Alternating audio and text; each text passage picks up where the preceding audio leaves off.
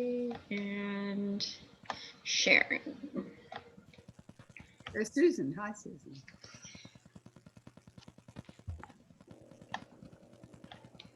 So Rick, do you have a password protection on this meeting?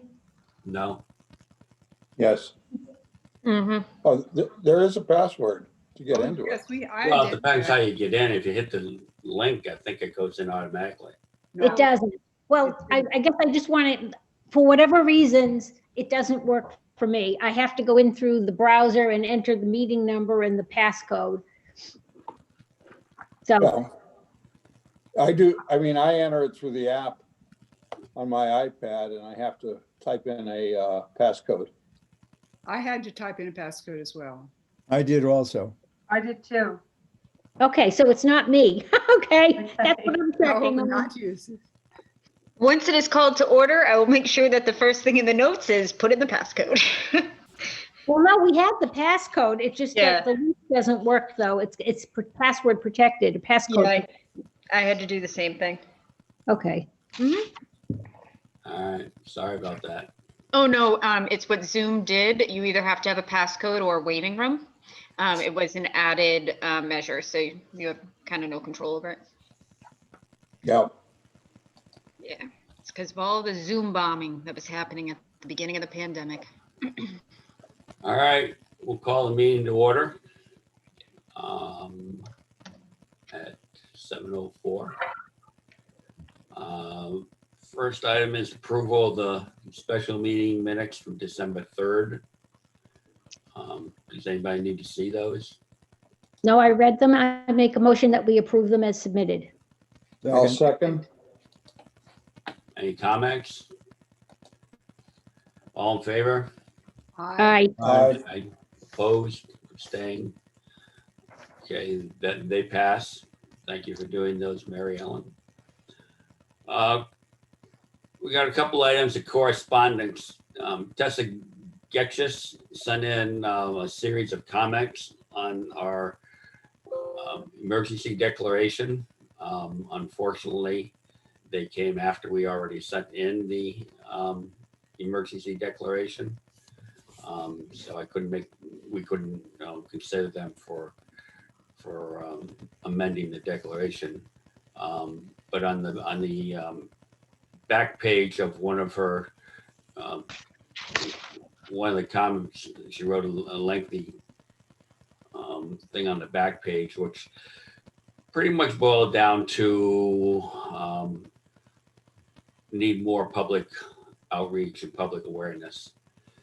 And next things we've talked about before, we just haven't been able to figure out how we're going to do it. And so we can, I know it's something that we need to probably do, but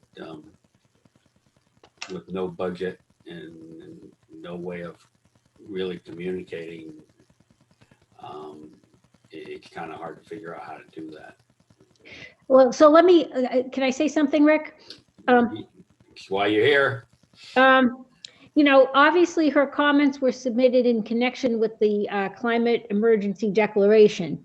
And I think, I mean, just by virtue of the fact that she attached those comments to the edits that she made to the actual declaration, it was almost like she was suggesting that those things need to be addressed. And to me, the answer is, yeah, she raised some good issues, but that at the declaration level, they probably don't need to be addressed per se. I mean, yes, those are good things for a follow-up outreach issue, but you know, some of her points of, do I need to put an outlet in my garage for my hybrid car, does not need to be in, you know, I'm not making light of that. It was a good point, but don't need to be addressed at this point in time, in my opinion. Yeah, So- I mean, I'm pretty sure those things like that, she didn't mean to have any emergency declaration. She just meant that there needs to be more of a general awareness of climate issues.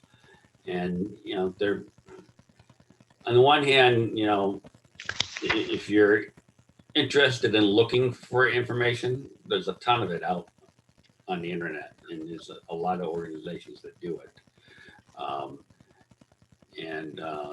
But on the other hand, you know, here in Stonington, we're not concentrating on an outreach program. Now, there's a couple other items here on the agenda that may lead to that, and we'll discuss that later when we get to those topics. So then it's something for us to figure out what we need to do. Right. Yeah, and actually also her comment that why has nothing been done on the 2017 resilience plan? Obviously, there were some outreach meetings that Keith had arranged, and I think it was Keith, but we did have some meetings back then, but of course, since then, we have not done much. But so from that perspective, we really do need to, you know, reinvigorate the public outreach segment of all of this. But I felt like those comments were pertinent, but not something we needed to address right now. Yeah, and I mean, part of the reason nothing's been done on the resiliency plan is because the other boards in the town either don't know about it or just ignore it. And, you know, that's part of the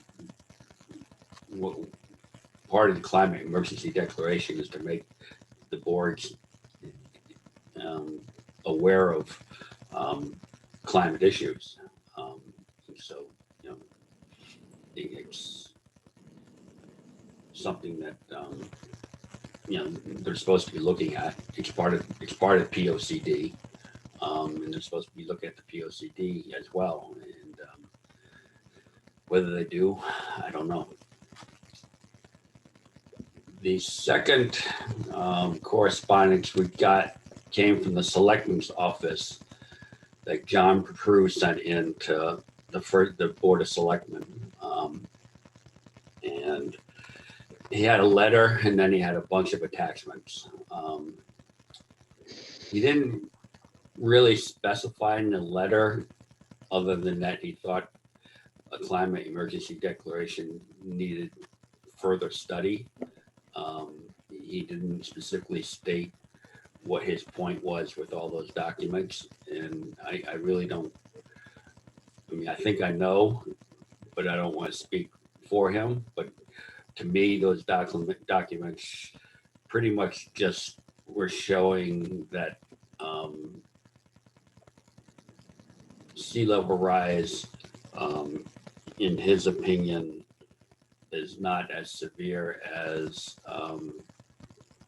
other studies are making it out to be. Right.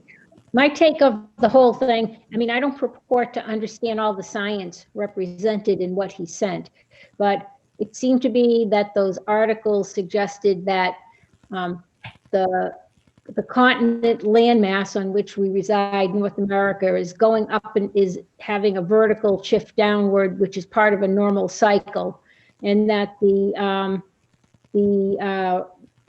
rising water is part of a normal cycle and not necessarily attributed to human interaction. And so I guess my sense was that his intent, although not stated, Rick, like you said, was for us to be thinking that climate change was not really happening. I'm not sure. May I make a, I'm not can I sure. make a few comments? Yeah, Okay, so first, Rick, I was not able to open Tessa's correspondence. So I was wondering if you could perhaps separately send that to me. It was in a very funky file, and Yeah. so I was not able to read any of her comments or her changes on the declaration. It's in a zip file. Usually if you just double click on the zip file, it opens it up into a new file. But I can send you all the individual documents separately. Yeah, I everything else I was able to open up, no problem, but anytime, and it could be in my system here at home and my system at work. I don't have it on my phone at all, but it just said, we're sorry, but there is no program that you're able to view this with, so. So Okay. anyway, we can try it again. And then as far as the, I mean, what John Prue had sent, I just caution everybody, it's absolutely, it's not to say that climate change isn't happening. Climate change is happening. And actually the effect of climate change and the shifts in the land means that we have a higher than anticipated rise in sea level. I think the connection, but I think that there's a disconnect though between the proposed sea level rise in the coastal resiliency plan versus what's actually happening. And this data is just to give us an idea of what is actually truly happening here in Stonington, so that we know, because the sea level rise and the effect is different all around North America, all around the eastern seaboard. So these are just numbers that have to do with here. So, and not, you know, not Rhode Island or not Massachusetts, it just has to do with here in Stonington. So anything that we do here, and then also just to take a look at the coastal resiliency plans. I think the coastal resiliency plan may have some projections of sea level rise that exceed what NOAA is stating for this particular area.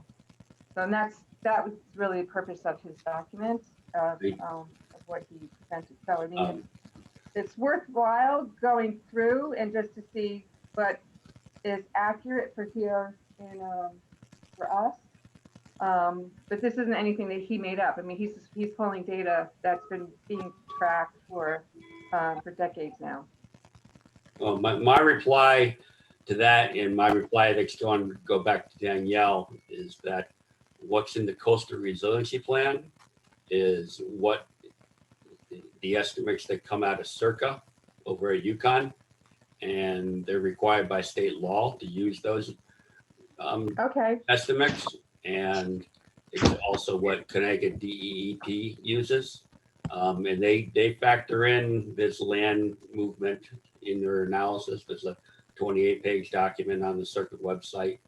And I believe if you talk to John, or I mean, I know he had a reply in the day to another article, and his stance was that Barn Island has only seen 30 inches of sea level rise in 350 years, which is 0.08 inches per year on average, which is a lot lower than any estimate that anyone is using for sea level rise in Connecticut. So we're not climate scientists on this board. I think if the Board of Selectmen wants a detailed analysis of Mr. Prue's documents, then they should send them to Circa and ask their experts to analyze them. I had some comments on Mr. Prue's letter. I think he made a good point that there are two issues that are being faced here. One is mitigation and the other is adaptation. I don't know whether I quite agree with this break of them, but one of the things that Stonington definitely has to be looking at, and I think it's within the charge of this task force, is the adaptation, I think is what he referred to it as, is what are we going to do about rising sea level in this town? Mitigation in a bizarre way, I kind of agree with him that we could eliminate carbon emissions completely from the town of Stonington and encourage the rest of the world to do it, but it's not going to amount to a hill of beans overall unless everybody gets on that particular bus. As far as his science, you have to excuse me, but I'm a geologist, a professional geologist, a card-carrying professional geologist. Isostatic rebound, which he quotes as being a factor in this, is the only thing it's doing is reducing the amount of sea level rise. I mean, we had 10,000 feet of ice above us, which suppressed the crust And yes, it has been rising. It has been gradually tapering off as well since the ice disappeared 10,000 years ago. But the point is, he uses the term, and this is always one of the ones that gets me, that we've had a plus or minus 30-inch change in water levels.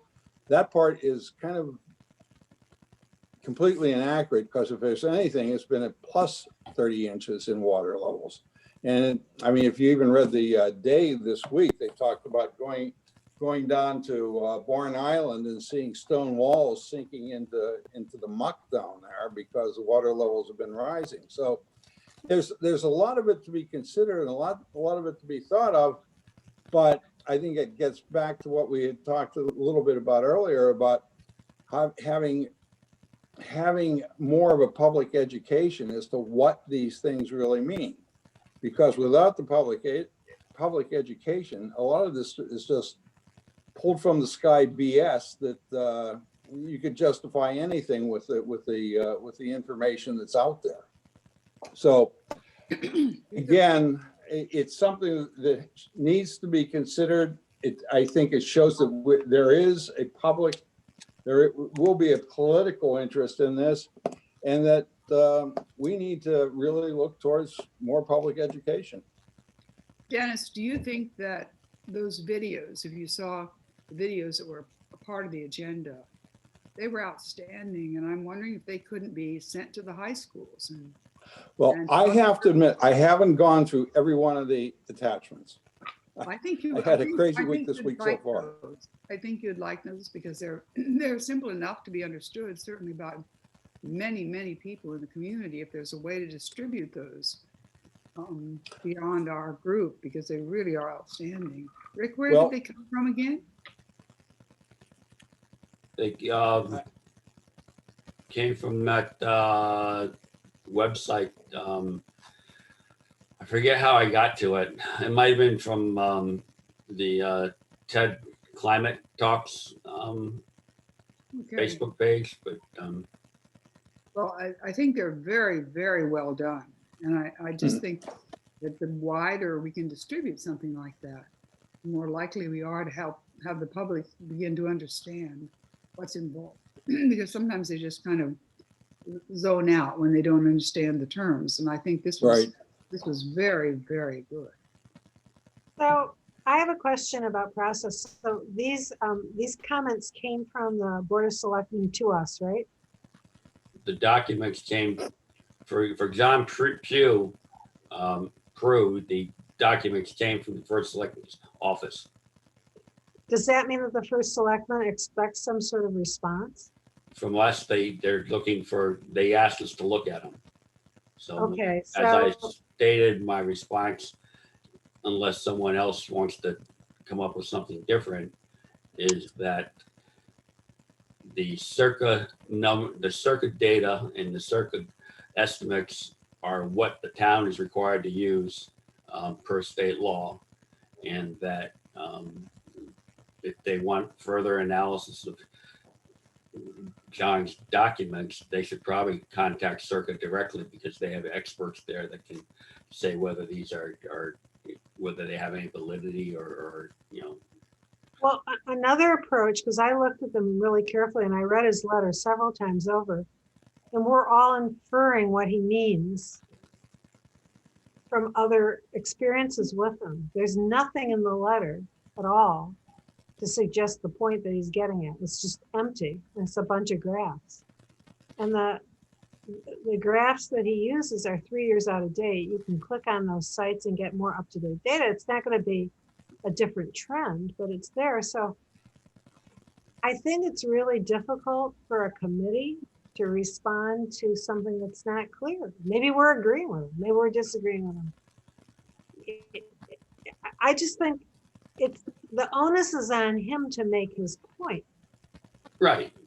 He'll have that chance when we get to it on the next item on the agenda. When we talk about what Danielle's plan is for the emergency declaration. And we can go there now and start talking about it. I think you all got her response to Jason Hines' email that she sent the emergency declaration to her department heads and staff and was hoping to get something back from them at the end of January. But it is the beginning of budget season, so their priorities might be different.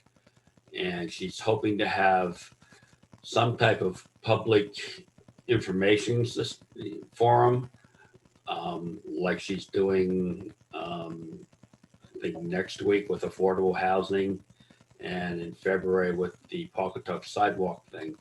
And she was thinking either February or March that they would have some kind of public information thing on this climate emergency declaration if they decide to go ahead with it, or to determine whether they should go ahead with it. And at that time, then the members of the public will be able to say yes or no, and give their, responses to why they think they should do it or shouldn't do it. Well, in that case, I would say that Julia's suggestion, I think preemptively, they have a strong case presented by somebody or through video so that you just haven't got these kind of random pieces of information that don't fit into a whole. I mean, if this is going to be presented as a topic, can we do something to organize the information? Board of Selectmen is hoping for, that the Climate Change Task Force actually determines what would be the most appropriate and impactful agenda. The town will put together the virtual, we'll figure out how to do that technology-wise, expenses there are. But if the task force could put together an agenda and to decide what would be the most important thing for a virtual event for the residents as the beginning phase of community outreach, that would be awesome. Thank you. I agree 100%, because I think what we've seen just with the two pieces of correspondence that came back to us is there are probably differing views among the community. We know what they are. I think what Dennis was able to say in 5 minutes was really, or not even, is really useful. And I think that if we work together, we can be ahead of the conversation so that when it is the public comment, it's not just a lot of people pontificating their beliefs, but we can kind of get that science out there. I also think that we have to think of different ways to communicate our messaging to people. So videos are amazing and definitely for a certain audience. But if we think about who attends a lot of town meetings, we're going to want to make sure that we have things that are in written form, on social media. So different ways that we can get across our message. And the one thing that I think we haven't done yet is I don't think we've determined what our messages should be. So short, sweet, concise, and what all of us as the Climate Change Task Force are going to be kind of collectively saying going forward with the same science backing it. Yes. Okay, anybody else?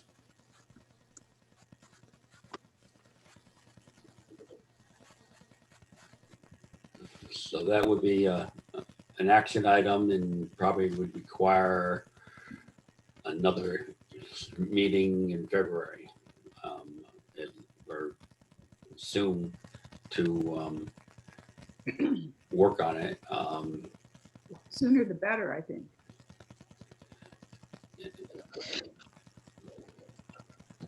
Yeah, that does make sense. And again, if we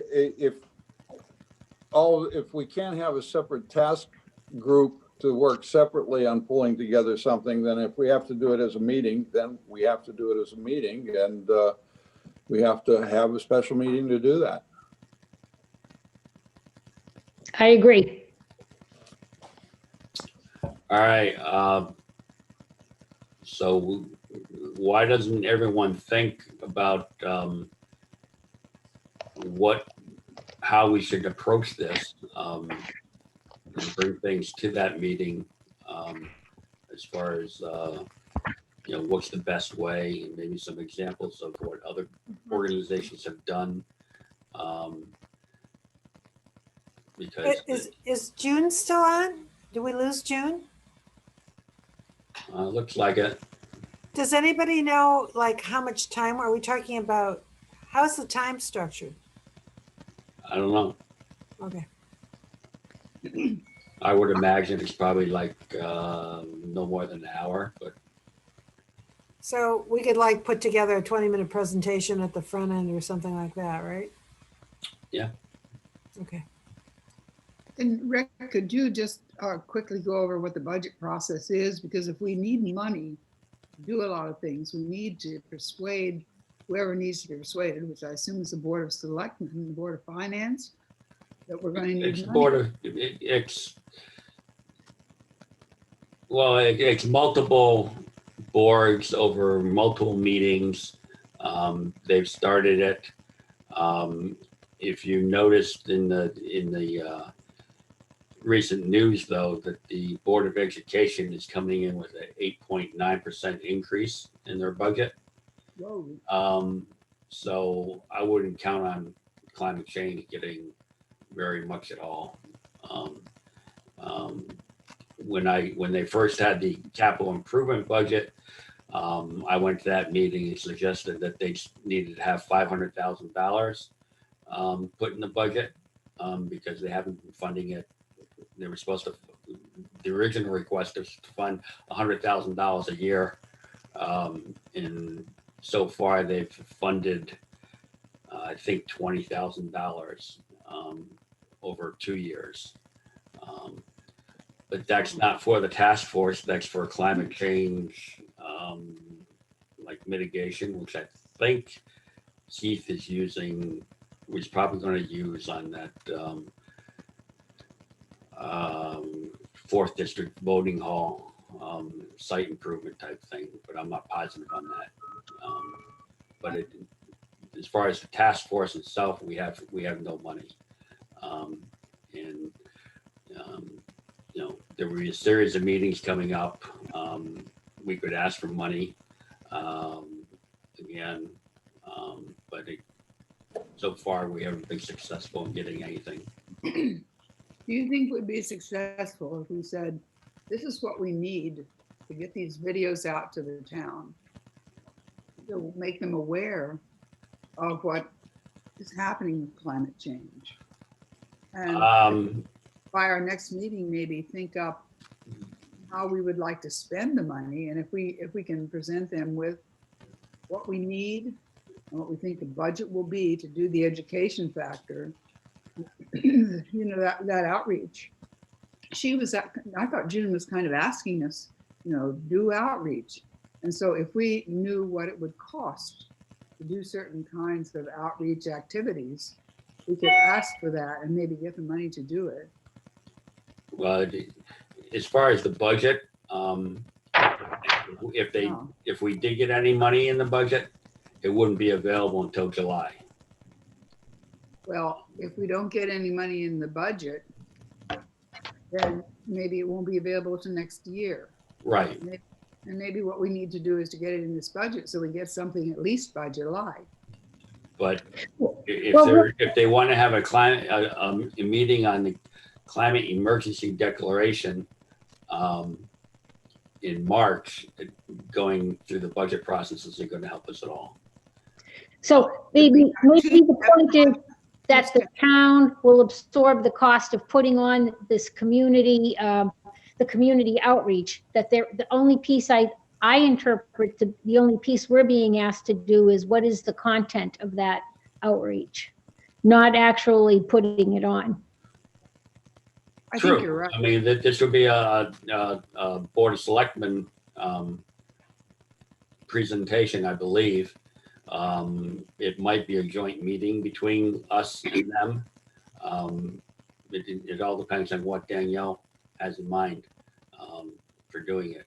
And it would probably be good if somebody watched the affordable housing one next week to see what they're doing and who's actually, whether the affordable housing committee is putting it on, or whether it's the selectmen doing it, or whether it's some other organization. Well, I plan to look at that. Yeah, I'm surprised that they scheduled it at the same time that our senator and our representative is having their virtual town hall on the same night at the same time. So it depends on which one you want to go to, I guess. I But just as missed far the as last, I just missed the last 5 minutes. I didn't know what anybody said. I got kicked off the internet, but I'm back now. So my apologies. We signed you up for everything, June. Okay. Congratulations. Sorry about that. So we'll have a February meeting where we can figure out some sort of presentation to kick off if she decides to have a session for the public. And that meeting would be, February 18th? Well, it's whatever we say. yeah, Right. It's a special meeting, right? Not a scheduled meeting? well, they're all special meetings now because they're all virtual. But if we did our regular meeting night, it would be the 18th.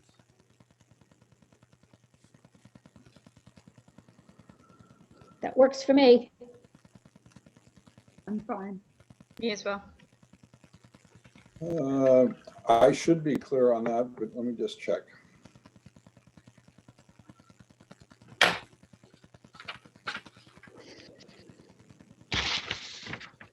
No, I'm fine.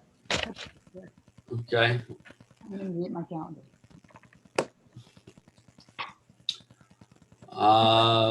And Rick, if I can ask for a clarification, you did send a letter in response to the John Pruse documents to Danielle regarding that by state law, we have to use data from Deep and Yukon, or, I haven't sent it yet. I'm going to send it. okay.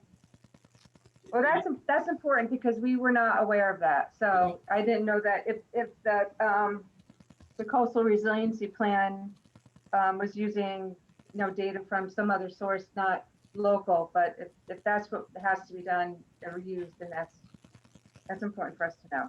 Yeah. I think one of the other factors to consider that when we were reviewing that, I think the discussions had it that the sea level rise numbers that they were using were pretty much a median. They were or toward the low side. They were somewhat conservative as opposed to what others have been using in certain places. So, Well, there's a range on the chart, and then they picked a planning line for the towns to use, which was 20 inches by 2050, and then further out, the further out you go, the wider the discrepancy can get. Sure. Sure. And the thing I found interesting in these videos was that they're now saying that the planet can recover quicker if we all do severe mitigation.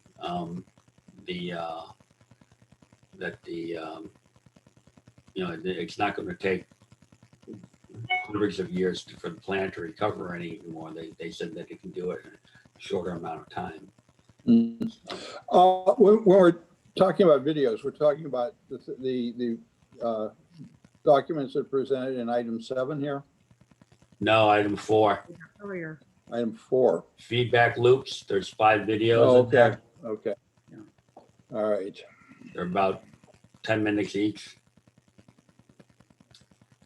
The next item, GC3 report.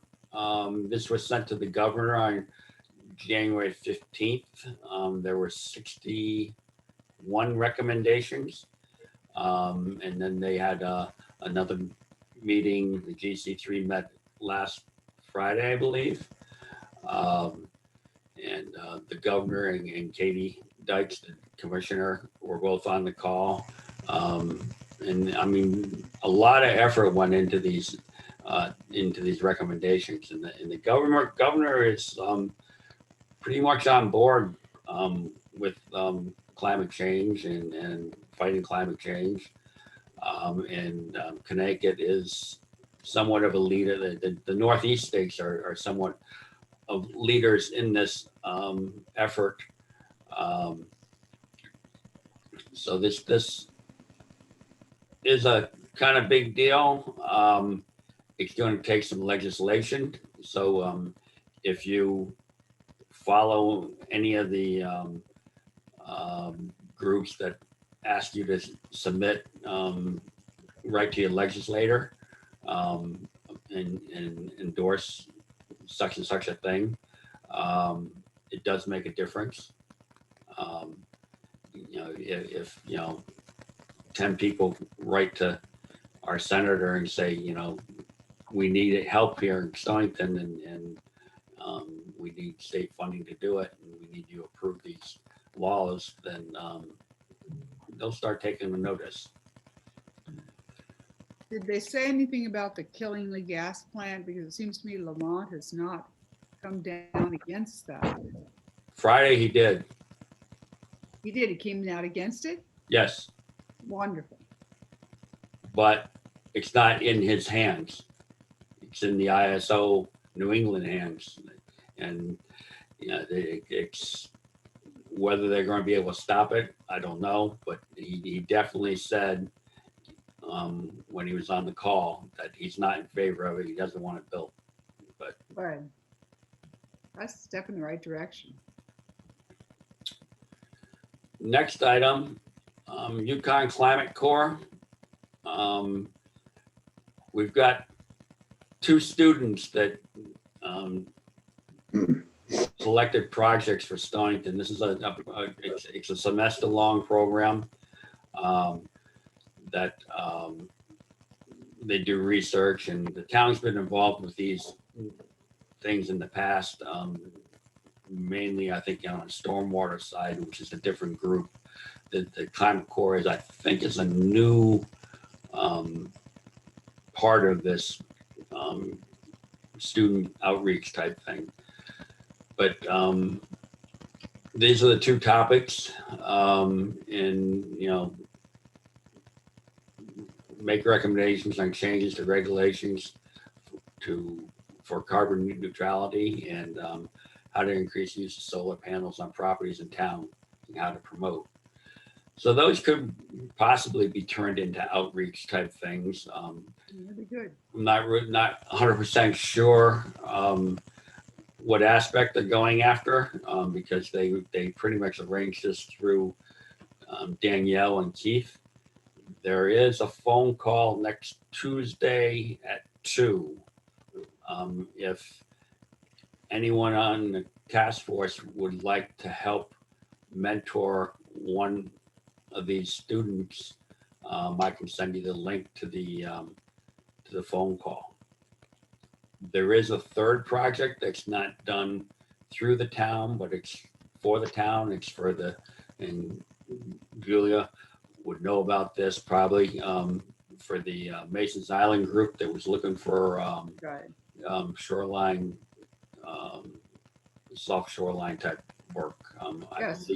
I believe that's a 3rd one that they're doing too. Well, a student will be doing that. Yeah. Looking at the issues there. Because we actually have no egress from the island. Well, it would be extremely difficult if we can't get Chippewa Trail sorted out. And it really needs to be, it needs to be raised or something. We're talking about doing plantings, but that, and I gave them things from Conn College, because they have a very active group there, as you know. But I think that they may actually have to raise the road in order to get it up there, because I think we lost something like 21 inches just in the last rainstorm. And this is getting very scary. Well, it is a private road too, so Yeah, it is. And also the bridge to Mason's Island is a real problem, but that was pointed out in the 2017 study. yeah, I mean, the bridge has been an ongoing issue, and it was the #1 priority in town. But then they just did a bridge study, and another group of consultants decided that it was the ranked number 3 on the list now. And the number 1 bridge that they needed to work on was the Lantern Hill Road Bridge. But they've decided that instead of replacing it, they're going to do a Band-Aid fix that may last for like 7 years. And the Board of Finance approved, I think, $100,000 for that project instead of whatever they needed to replace it. So What's number 2, Rick? I'd have to look. I don't recall. It was another small bridge somewhere. But you know, The South Anguilla Road. I think it's the bridge on South Anguilla Road. it might be. The bridge on South Anguilla Road. Oh, It's sure. it's a small bridge, Right. but it's deteriorating.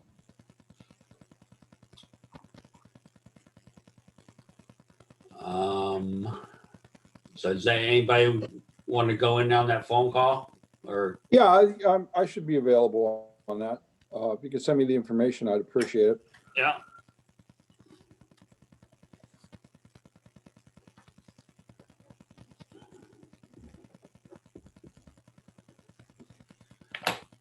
Okay.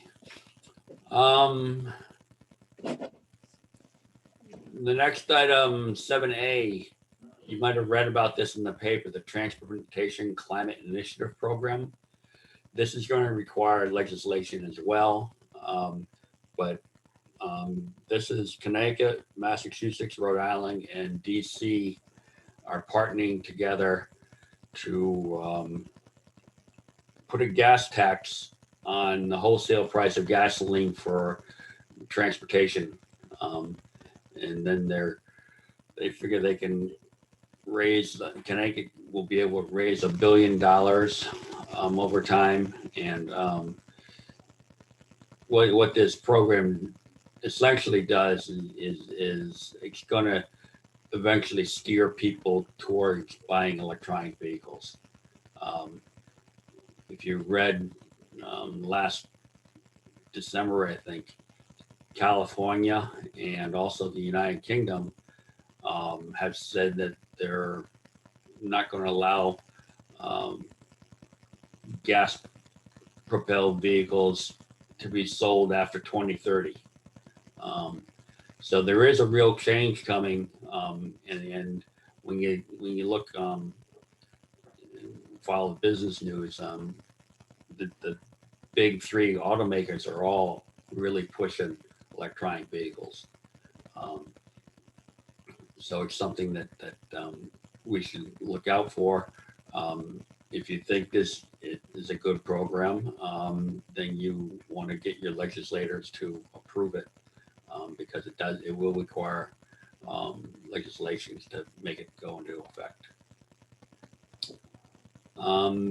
The other things are just more for information.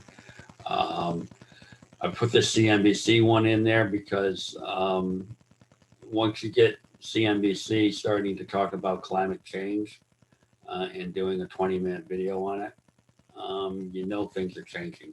A lot of the big banks have decided that they're not going to lend to fossil fuel companies to do drilling up in Alaska anymore. So there is a changing there. And the others are just, last year was the warmest year on record.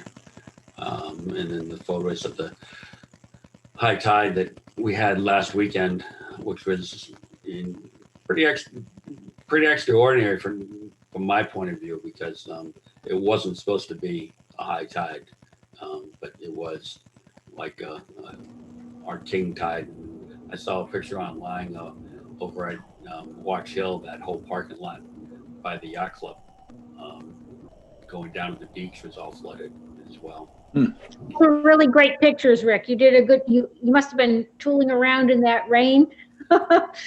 It was after the rain, but I've done it before because one of the guys that works in DEP asked me to go around and take pictures of high tide when I can. So I pretty much know where the high spot, or the low spots are that are going to flood. But those are the problem areas. Some of the problem areas, and not all of them.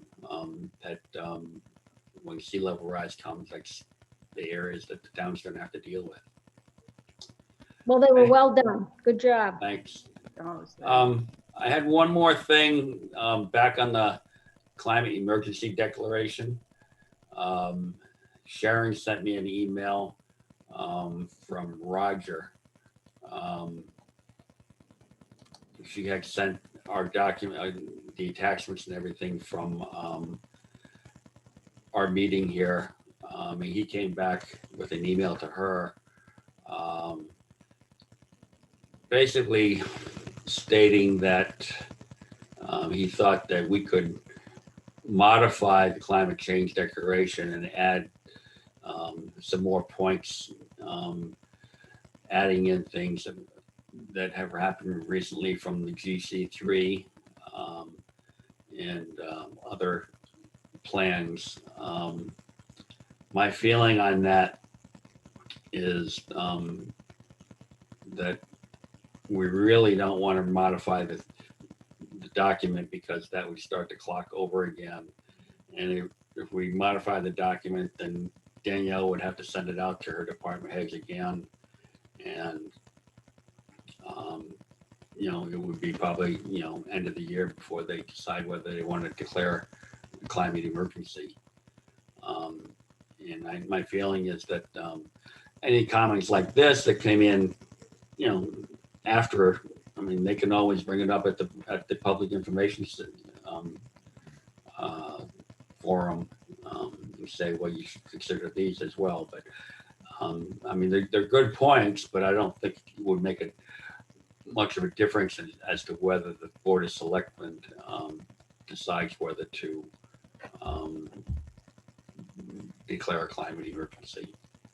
Rick, first of all, thank you for bringing that up. I appreciate it, and it's probably a really good strategy. As we talk about planning for the March meeting, where we're trying to explain ourselves to a more general public, maybe we could revisit some of what Roger had to say.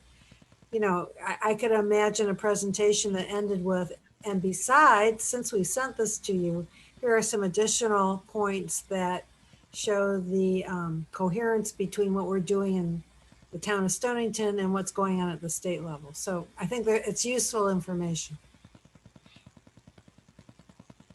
Okay, we can consider it. One Not an thing, add on to, but an underscore of the importance. one thing we're going to have to figure out is what level audience that we want to prepare this document for. Some of these ones that Roger sent are pretty technical, and people are going to go, huh?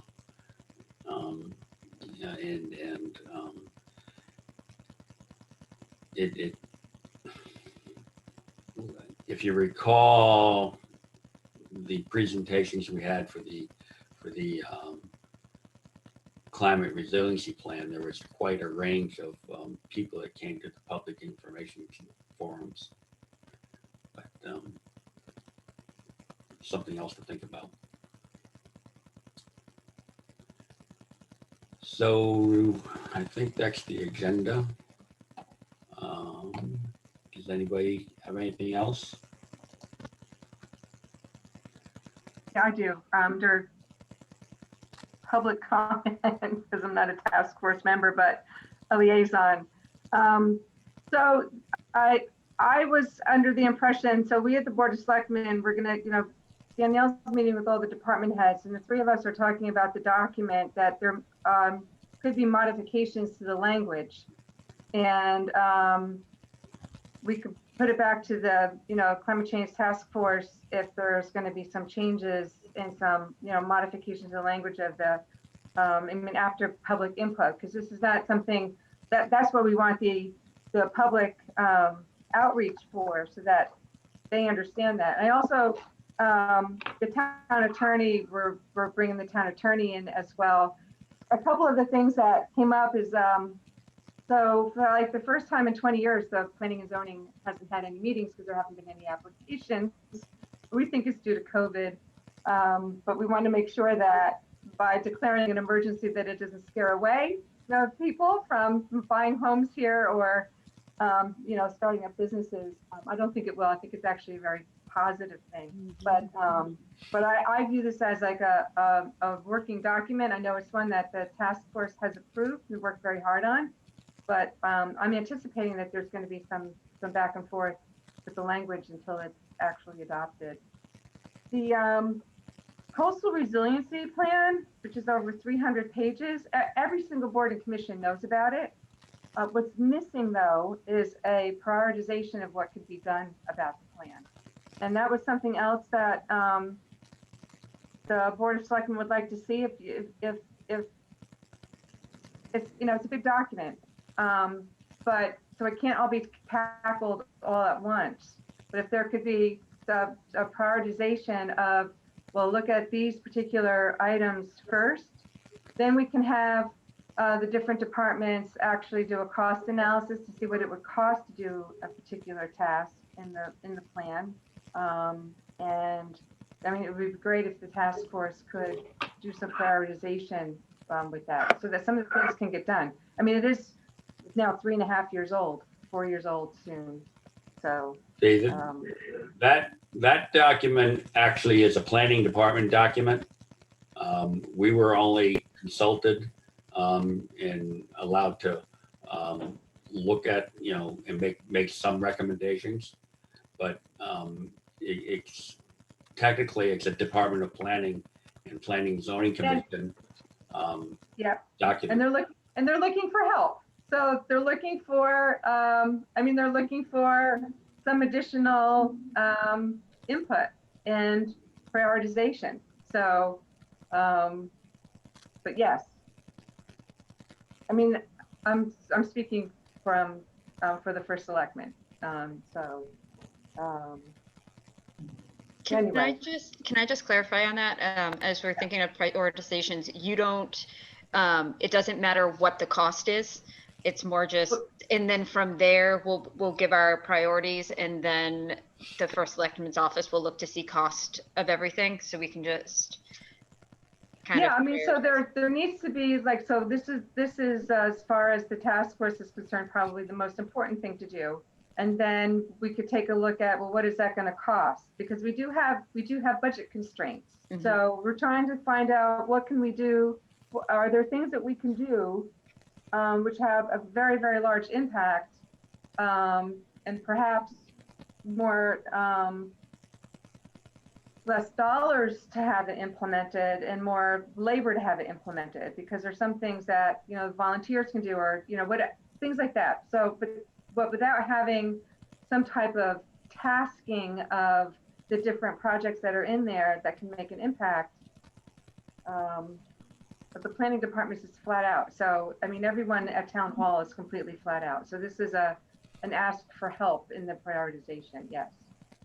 There's one possibility that the town of Middletown used, and that is that they have someone that they've hired on a part-time basis who went around and looked at all the different issues facing the town in this. And he has had a lot of experience in this, apparently. And what he did was to say which things could be done and done cheaply. There were certain things with town lighting and certain transportation things and other things. And he said he actually had saved the town millions of dollars. I think we'd have to look into that closely, but it does seem like a very good thing if you can get some expertise, someone who has really dealt with this in another town. Middletown is bigger, but we probably have some of the same issues on a smaller scale. And maybe he would be willing to take a look. I don't know what he would cost, but that would probably be one way of doing it with someone who's had prior experience in prioritizing. Well, the planning department and the public works department, they all have line items for hiring consultants for different things. Well, this is just a climate. yeah, but that just made me think of, so we know we are a sustainable town, right? We're at the bronze level. There's 2 more levels that we can attain. So we have done a fair amount of changing out our lighting. So there are a number of things that Stonington has already done. And again, that's something the public doesn't really know, right? I mean, there were some things that the task force weren't aware of because it was something that was ongoing, but not compiled in a great story. So maybe there's things that to get us to the next level. It's a nice plaque. I don't know if anyone has been able to see it, but there's space on the bottom. There's our bronze award, and there's a blank and a blank for the next 2. So it would be great if we could up it to the silver and the gold as a sustainable town. I believe. And I haven't looked at what would make us be silver or gold, and if there are things in there that match with the coastal resiliency plan, that those could be things that we could prioritize first, because there is some grant monies with each level that would help us at least take a look at the cost of different things. So You have to remember also that when the coastal resiliency plan was proposed, we actually wanted the town to do a complete climate plan, and they didn't have that. The grant that was available only would pay for the coastal resiliency aspect of it. So everything else, as far as like inland flooding or climate mitigation, as far as changing out heating systems for oil, from oil to electric, replacing all the vehicles with electric. None of that's been studied in the town, as far as I know, unless the town departments have done it on their own. So you're missing a lot large pieces of what you need in order to fight climate change. I think this is basically what this fellow did. I'll check in with him, but that's the kind of thing that he was working on. He looked at all kinds of town systems and came up with some recommendations, and they adopted them, and apparently they saved a great deal of money. Right. I mean, you can save a lot of money by doing these things. I mean, South Windsor is saving $7 million by putting solar panels on their buildings, and it's not costing the town any money. But they did have to get a consultant and everything to do that. But if you recall, the coastal resiliency plan cost $150,000 to have that done. So if you're talking about going out and hiring a consultant to do the rest of it, you're looking like a lot of money, which town of Stonington doesn't want to pay a lot of money to do that type of stuff. Oh, well, I wouldn't think so. That seems like something that we should call a priority. Yeah. Pass it on over and let someone else figure out how much it costs. Isn't it sort of a chicken and egg problem? Unless we can get matching funds to attract other grants and so forth, we can't really move forward. We would need to have money somehow in the town budget that could be used to match with certain other grants for doing something like a major project. I agree, but I do like the fact that now we have the opportunity to not worry about funding. So we don't have to think about what something costs. We can literally look at our research, see what other people have done that's been successful, and then hand that on over to the town. And then once the town does all of the research on the costs and says, well, this is what we can do, that's where we can then come back as a committee and say, well, these are the opportunities for funding. So I think we have the opportunity to think big as to what we think is the best for the state or for the town, and then let the town worry about funding. So I do want to add that there already has been. I mean, every budget season, there's always a talk about if we can convert some of the town cars to electric, some of the trucks to electric. Those are currently cost prohibitive. So that's why we haven't converted our fleet to electric cars yet. The solar panels, I mean, the Planning and Zoning Department, and the Planning and Zoning Commission, their number one thing right now that they need to do is redo the zoning regulations, because, solar panels are only allowed on roofs facing south. They can't be, you can't have a solar field, homes can't. So solar panels are really, that part of the zoning regulation needs to be changed. And they're due to be changed anyway. Solar panels on roofs. I do know that there is a desire to have solar panels on the roof at Town Hall, but the roof has failed. So the first we need to find the money to replace the roof and then the solar panels. Now in the new schools, I'm on the building committee for the 2 new elementary schools. And we did talk about putting solar panels on the roofs of the schools, but that would have voided the 10-year warranty on the roofs. And the roofs cost millions of dollars. So that's something that's still being looked into. So there's some areas where we could put solar panels, others where we can't, just because we have a new roof and we would void a warranty by putting solar panels on top of them. So like, this is information that's out there, but it's just not compiled well enough so that there's a report. It's like, okay, so this is what's going on. If we want to put solar panels on the roof at Town Hall, we need a roof first, and then we can do that. Same thing with the Department of Public Works. I mean, we have, town land where we can do a solar field, but it's in the wrong spot and our zoning regulations won't allow it. So, Oh my God. so there's, yeah, so those are things that I know the planning department's working on. Yeah, if we could figure out what we could do with the resiliency plan and prioritize it, that would be great. So, or just even compiling this information so that people know that we're working on it. And then these are some of the hurdles that have to be, that we have to leap over before we can actually implement it. As far as motor vehicles, Consumer Reports did a study last year. And in every instance, they found that over the life of the vehicle, an electronic vehicle is less expensive than a gasoline or diesel powered vehicle. The cost, there's a higher upfront cost, but over the lifespan of the vehicle, it's cheaper. So whoever's doing the analysis for the town on vehicles might want to look over the lifespan of the vehicle and not the upfront cost.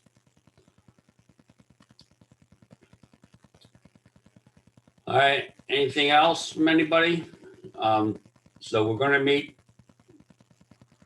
in February on the 18th, and we're going to try and figure out a short presentation that maybe the selectmen can use at their public information system or public information forum. And then we're also, if we have time, we'll do a prioritization of the coastal resiliency plan and anything else. So you guys are going to have to read again the coastal resiliency plan to bring yourself up to date. Sarah or Helen, do you have anything you want to talk about?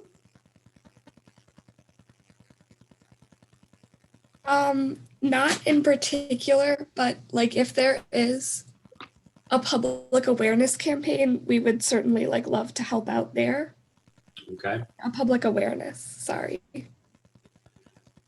Just for your information, I don't know if you're interested. I did see, I've been attending the Connecticut League of Conservation Voters seminars this week, and they had a brief advertisement for a high school age seminar that they're going to have in March. I looked on their website, but they don't have it listed there yet. But it's like a 3-day thing that maybe you're interested in. And even if you can't attend, they usually have videos of all the presentations and everything afterwards. Okay, thank you so much for letting us know. That's really cool. Yeah, thank you. And I wanted to add also, if you guys find that you might find our help useful when presenting, if that's something that will happen, presenting the climate emergency declaration to the forester, whatever you have to say about it, then Sarah and I are happy to help with that as Okay. Motion to adjourn? So moved. Second. All in favor? Bye. Aye. All right, thank you, everyone. Thank you. Thank Thank you. you. Thank Bye for you. now. Thank you. Bye.